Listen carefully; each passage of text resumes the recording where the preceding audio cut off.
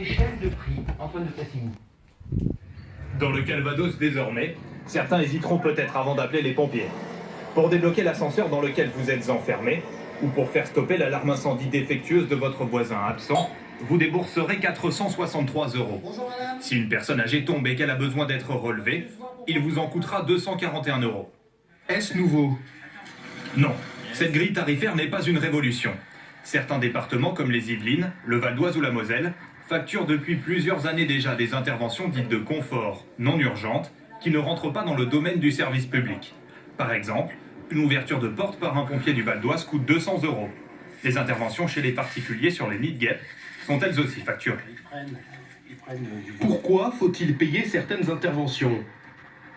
Car même si ces interventions ne sont pas plus nombreuses d'année en année, elles coûtent cher et mobilisent des effectifs. Les pompiers interviennent presque 2 fois plus pour ces opérations diverses que pour des incendies ou des accidents de la route. En 2014, pour débloquer une porte, 43 000 personnes ont préféré appeler un pompier plutôt qu'un serrurier. Qui finance les pompiers? Les services départementaux d'incendie et de secours sont financés à 60% par les départements.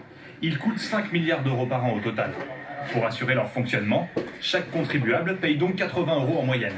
Dans certains départements, si vous appelez les pompiers car vous tenez vraiment à votre chat ou votre perroquet bloqué en haut d'un arbre, vous paierez donc à 2 reprises sur votre feuille d'impôts locaux et une fois l'intervention terminée.